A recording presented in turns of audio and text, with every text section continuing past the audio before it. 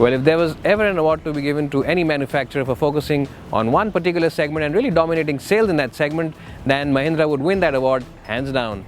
That's largely because the car maker has focused on the SUV space in India and really been the king in this segment. And now with the arrival of the latest generation XUV500, the car maker really does want to extend its lead in this segment. So how good is this car? We'll find out on the show today.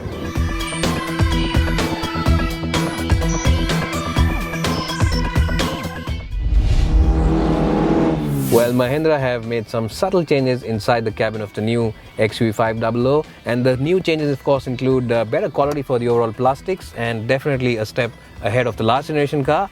And you also get a black as well as beige combination for the dashboard. The other change of course is the introduction of this new touchscreen entertainment system, and I have to say that in terms of operation and ease of use, its touch controls are one of the best, if not the best, that I have used on any car at this price point in India. And another big change inside the XUV500's cabin is the fact that the driver's seat now is electrically adjustable, which means that finding a nice and comfortable driving position is a breeze.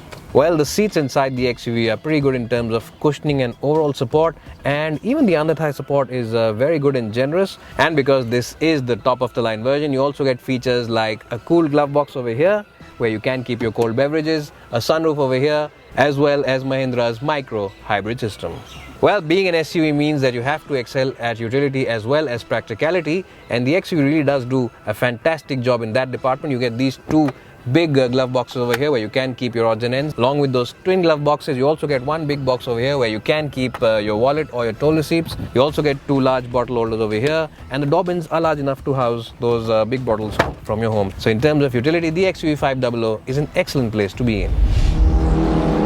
Well, here I am now in the back seat of the XUV500, and this is one of the better back seats in the SUV segment. As you can see, knee room is really generous, and I do have a place below the front seats where I can put my feet. So in that sense, comfort is very good over here. Headroom is pretty good as well. And the good part about the XUV is that unlike its main rival, the Tata Safari, which is a very tall car and has a very tall stance, which makes getting in and out a bit of a chore, in this one, it really is a breezy affair because it's not that tall from the ground up. Well, the other good point about this cabin is the fact that the floor panel is flat, completely flat, and what that means is that whoever will be sitting here will be very comfortable. It is a genuine three-seat at the back, unlike some of its crossover compact SUV rivals. Well, I just mentioned seat cushioning is very good and overall support is good, and the backrest angle is good as well. Well, to extend the comfort even further, you also get AC vents at the back. The XUV500 is one of the better SUVs if you are someone who prefers to be in the back seat rather than the front.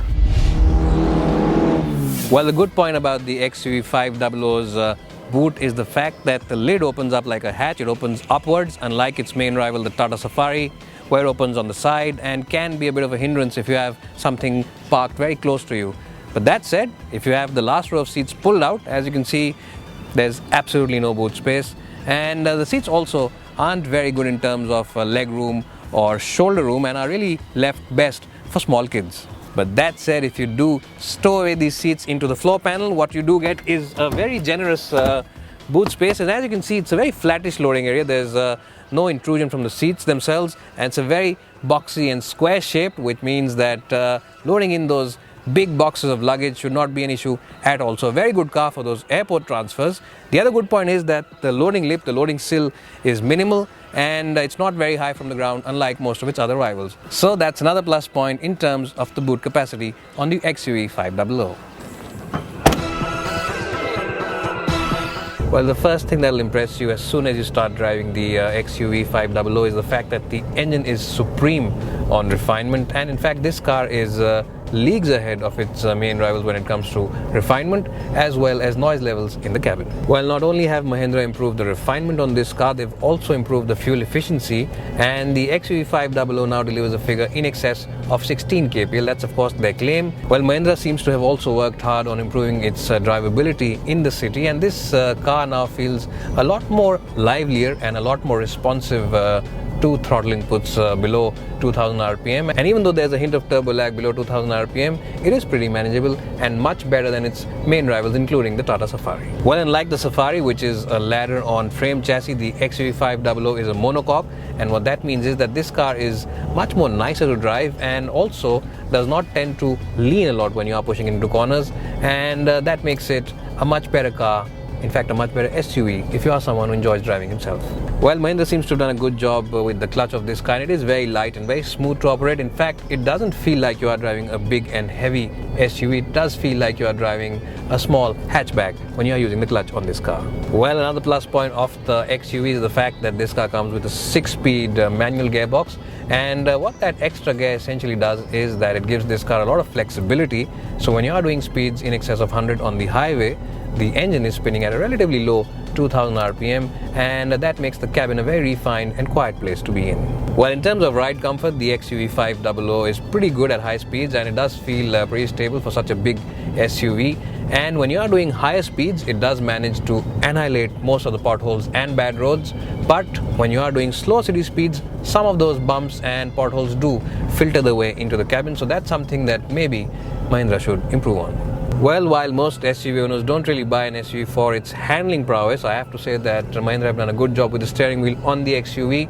It is decent in terms of feel and feedback, and has decent weight in it as well. So if you are someone who takes this car on the highway, it does offer good feedback. Another area where the XUV does impress is in the braking department, and when you do brake it hard, this car really does drop the anchor. Well, we are driving the top of the line version, and this car comes with an all-wheel drive system, remember, which of course you can use by clicking on this button over here. But that said, very few owners actually take their SUVs for pure off-roading duties. But yes, it is good to know that in case you do get stuck in some mud, then the XUV has that feature which can take you out of that sticky situation. Well, one of the key reasons why a lot of people end up buying SUVs is because of the sense of safety and security that these cars offer you, and that's largely because you sit up so high over here inside an SUV and look down on other puny hatchbacks, and the XUV is no different in that matter. What also adds to the appeal of this car is the fact that the glass area is nice and huge and really does add to the sense of airiness inside this cabin.